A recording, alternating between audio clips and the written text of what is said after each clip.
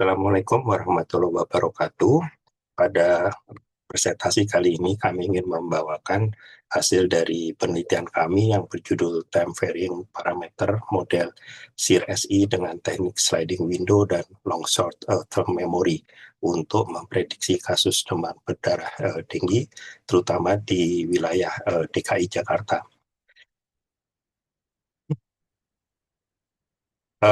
Dari sisi uh, penyebaran penyakit, terutama terkait dengan penyakit DBD, kita mengetahui bahwa kalau kita bisa mengetahui dinamika dari penyebaran penyakit, suatu penyakit, maka ini akan menjadi atau penting sebagai upaya pencegahan, deteksi dini, serta perumusan strategi pengendalian yang lebih efektif.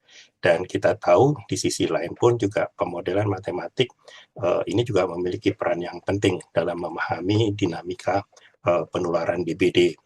Dan dalam penelitian ini kami mencoba mengembangkan satu model yang berbasis pada model SIR-SI, yaitu Susceptible, Infected, Recover, Susceptible, Infected, atau SIR-SI, yang merupakan salah satu model untuk menganalisa dinamika populasi manusia dan nyamuk yang merepresentasikan laju transmisi infeksi, pemulihan, dan mortalitas di kedua populasi.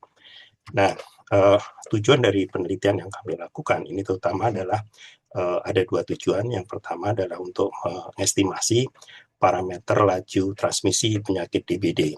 Dan yang kedua adalah untuk memprediksi kasus DBD ke depan.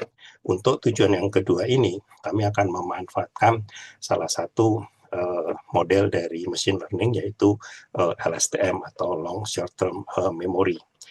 Pada proses pre-processing, kami juga akan memperhatikan faktor eksternal. Jadi dalam hal ini adalah faktor suhu atau temperatur terhadap penyebaran penyakit DBD di Jakarta. Nah, kalau dari sisi metodologinya sendiri, diagram alur penelitiannya kami tampilkan di sini.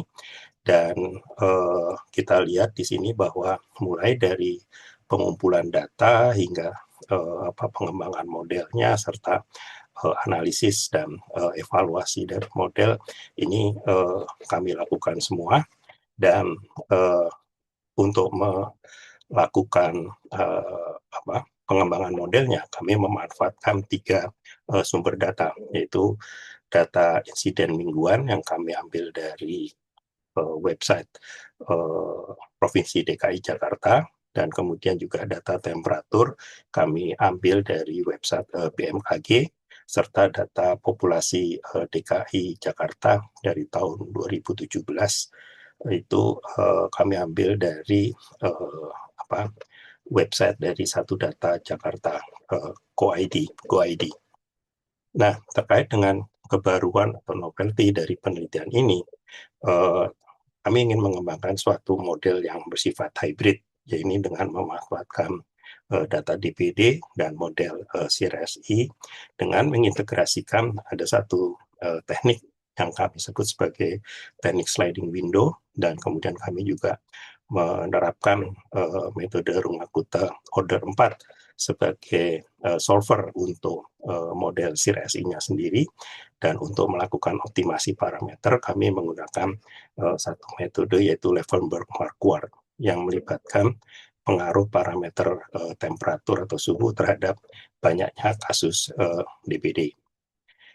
Kalau kita lihat dari sisi model SIR-SI sendiri, saya rasa ini model sudah tidak asing lagi, dan kita bisa melihat bahwa untuk SIR-nya sendiri ini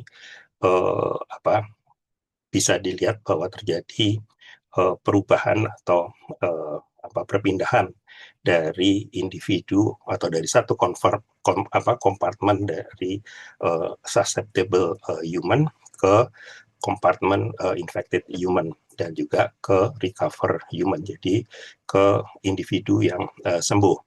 Nah, tapi dalam penelitian ini kami ingin menambahkan juga bagaimana kalau terjadi dinamika atau perubahan dari susceptible mosquito dan juga infected mosquito. Nah, jadi dalam hal ini penularan penyakit ini terjadi ketika nyamuk terinfeksi menularkan virus kepada manusia yang rentan, serta ketika manusia terinfeksi karena digigit oleh nyamuk yang rentan. Jadi artinya di sini yang infected mosquito. Nah, karena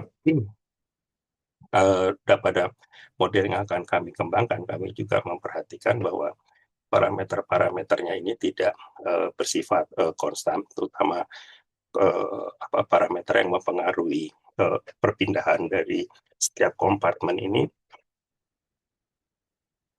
Maka kami di sini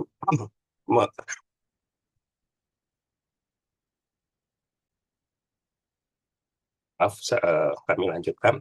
Jadi kami di sini tidak menggunakan parameter yang bersifat konstan, tapi menggunakan parameter yang bersifat time varying. Jadi di sini untuk parameter perubahan dari susceptible human ke infected human ini kami ubah menjadi parameter yang bergantung pada waktu.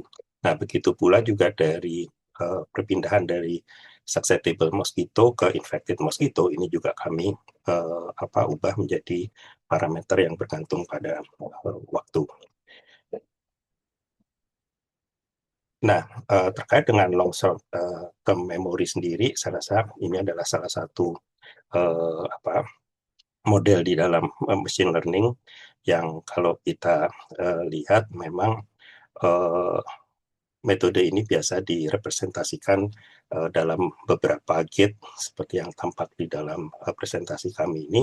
Jadi ada forget gate, ada input gate, cell state, dan output gate, serta hidden state. Nah, di mana di sini nanti LSTM ini akan digunakan untuk melakukan prediksi terhadap incidence atau bagaimana penyakit ini penularan penyakit ini terjadi setelah periode waktu yang kami gunakan untuk melatih model. Jadi di dalam hal ini kami ingin melakukan prediksi. Nah, karena mengingat penggunaan parameter yang konstan ini kadang-kadang kurang bisa merepresentasikan kondisi penyebaran penyakit, maka pada penelitian ini kami mencoba menggunakan yang kami sebut sebagai sliding window, teknik sliding window, yaitu metode sebetulnya yang membagi data historis ke dalam beberapa jendela sehingga parameter yang kami coba estimasi itu dapat diperbarui secara berkala. Dengan harapan bahwa pendekatan ini memungkinkan model itu bisa menangkap perubahan pola transmisi penyakit secara lebih adaptif dan real time. Nah, sebagai ilustrasi, mungkin yang dikatakan sebagai window kita bisa lihat di grafik di sini bahwa mulai dari window pertama nanti hasil estimasi di window pertama ini kita gunakan lagi untuk mengestimasi parameter di window kedua dan seterusnya. Ini secara umum. Nah, kalau kita lihat secara algoritmanya bahwa sliding window ini akan digunakan untuk mengestimasi dalam hal ini dua parameter, yaitu laju transmisi dari vektor nyamuk ke manusia atau beta H-nya, dan laju transmisi dari manusia ke vektor nyamuk atau beta M. Dan di mana setiap window ini nanti memiliki waktu berdasarkan hasil analisis time lag menggunakan nilai korelasi silang antara jumlah insiden DPD yang kumulatif dan parameter temperatur rata-rata per minggu. Nilai awal dari nilai awal dari window yang pertama itu diperoleh melalui data observasi, yaitu tadi pada waktu kita menyelesaikan solver untuk ke 5 kompartemen ini. Jadi mulai dari mosquito dan infected mosquito. Nah, untuk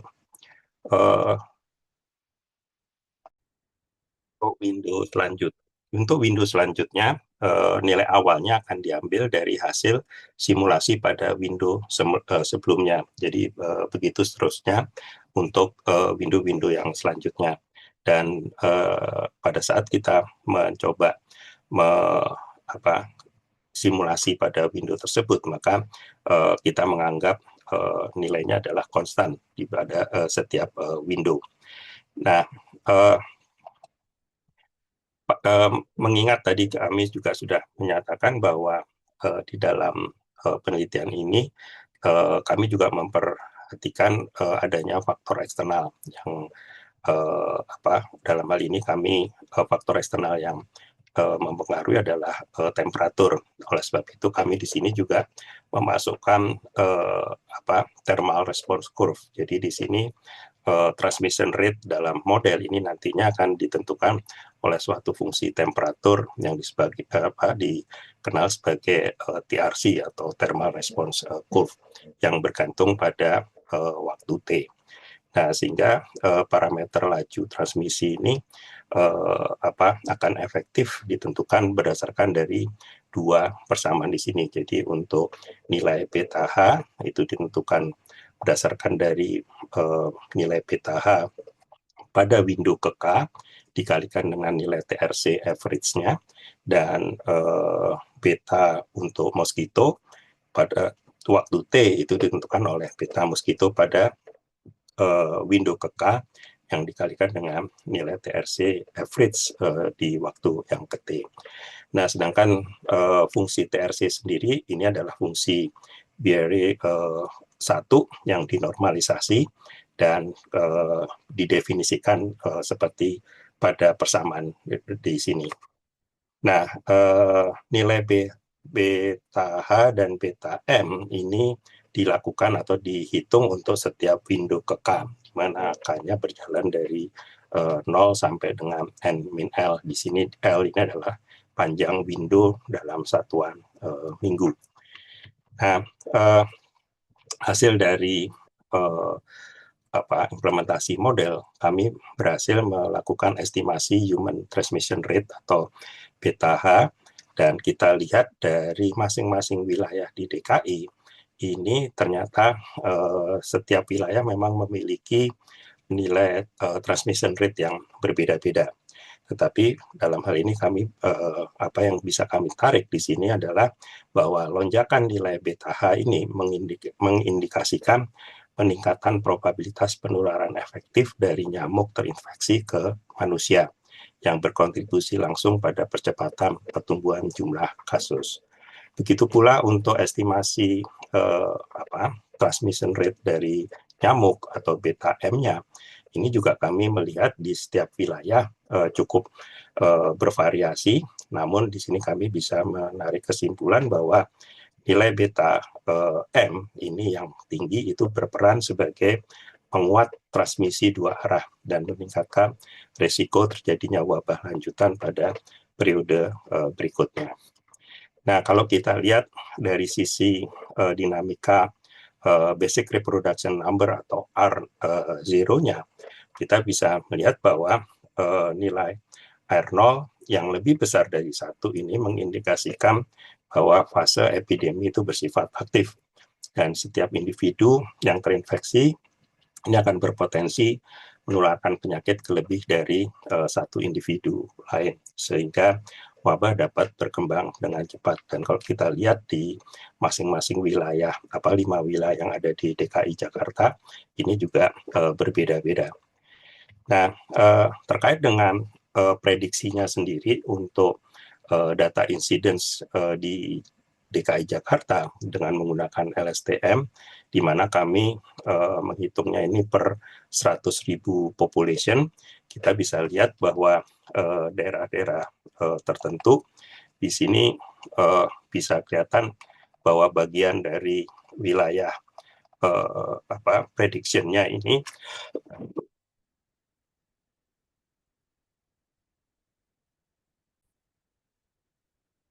kami lanjutkan.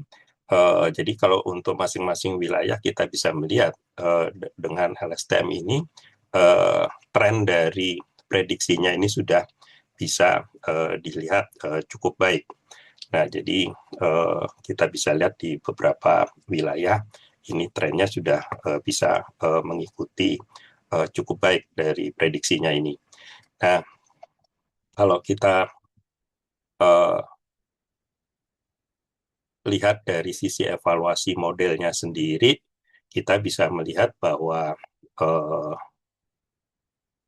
nilai RMSI atau MAI maupun R-square-nya di sini, kita bisa melihat bahwa kontribusi hasil estimasi parameter pada model SIR-SI ini cukup bisa menjelaskan variasi perubahan kasus yang baik. Nah, yang dapat kami simpulkan di sini bahwa nilai RMSE dan MAI yang kecil ini mencerminkan bahwa kesalahan prediksi perubahan kasus mingguan itu berada pada skala yang rendah. Sedangkan kalau R-square yang relatif kecil ini menunjukkan bahwa kemampuan model dalam menjelaskan variasi perubahan kasus masih bersifat moderat karena data perubahan kasus atau deltanya ini masih memiliki fluktuasi yang tinggi. Jadi kalau dilihat dari kelima wilayah Jakarta, memang Jakarta Timur ini hasil dari R-square-nya itu yang paling tinggi, sedangkan Jakarta Selatan menunjukkan kinerja yang lebih rendah. Artinya model ini untuk Jakarta Selatan kinerjanya masih relatif lebih rendah. Nah, kalau kita lihat dari scatter plot hubungan antara perubahan kasus aktual dengan hasil prediksi LSTM, kita bisa melihat dari kelima wilayah ini juga berbeda-beda. Dan di sini nilai scatter yang berada di yang mendekati garis yang paling yang garis merah ini, di mana nilai R-square-nya paling tinggi itu adalah untuk daerah Jakarta Timur. Jadi di sini perubahan kasus prediksinya ini cukup baik diprediksi. Nah, kalau dilihat dari sisi dari sisi loss curve model STM itu sendiri, kita bisa melihat errornya bahwa kedua loss, baik itu loss curve pada tahap pelatihan atau training maupun pada tahap validasi, maka kedua loss-nya itu menurun seiring dengan berjalannya jumlah epoch yang makin besar. Dan ini bisa kami simpulkan menunjukkan adanya konvergensi. Nah, kalau dilihat dari kelima wilayah ini, di sebagian besar kota Madia, maka selisih antara loss pada pelatihan dan validasi ini relatif kecil, sehingga ini bisa kami katakan bahwa hal ini menunjukkan bahwa overfittingnya itu minimal. Sedangkan kecuali pada di Jakarta Barat, ini terjadi sedikit perbedaan pada saat epoch ke-11 yang menunjukkan potensi overfitting. Nah, dari semua percobaan tadi dalam penelitian ini kami akhirnya dapat menyimpulkan bahwa hasil kinerja LSTM ini menunjukkan bahwa masih ada kendala pada implementasi LSTM yang harus kami perbaiki. Meskipun demikian, model yang kami kembangkan ini sudah bisa menunjukkan kapan terjadinya lonjakan kasus dengan cukup baik. Dan ini bisa menjadi masukan sebetulnya bagi pengambil keputusan di dalam melakukan intervensi dan sebagainya. Dan kemudian yang kedua, berdasarkan hasil yang kami peroleh, ini dapat dikatakan bahwa implementasi dari teknik sliding window dan LSTM ini dalam mengestimasi parameter transmisi penyakit DBD yang bergantung pada waktu ini sudah cukup mampu untuk mempelajari pola perubahan kasus insidensi mingguan DBD dengan pengaruh temperatur serta dapat mengantisipasi terjadinya lonjakan kasus yang dengan cukup baik. Demikian presentasi kami. Berikut adalah daftar pustaka yang kami gunakan. Terima kasih. Assalamualaikum warahmatullahi wabarakatuh.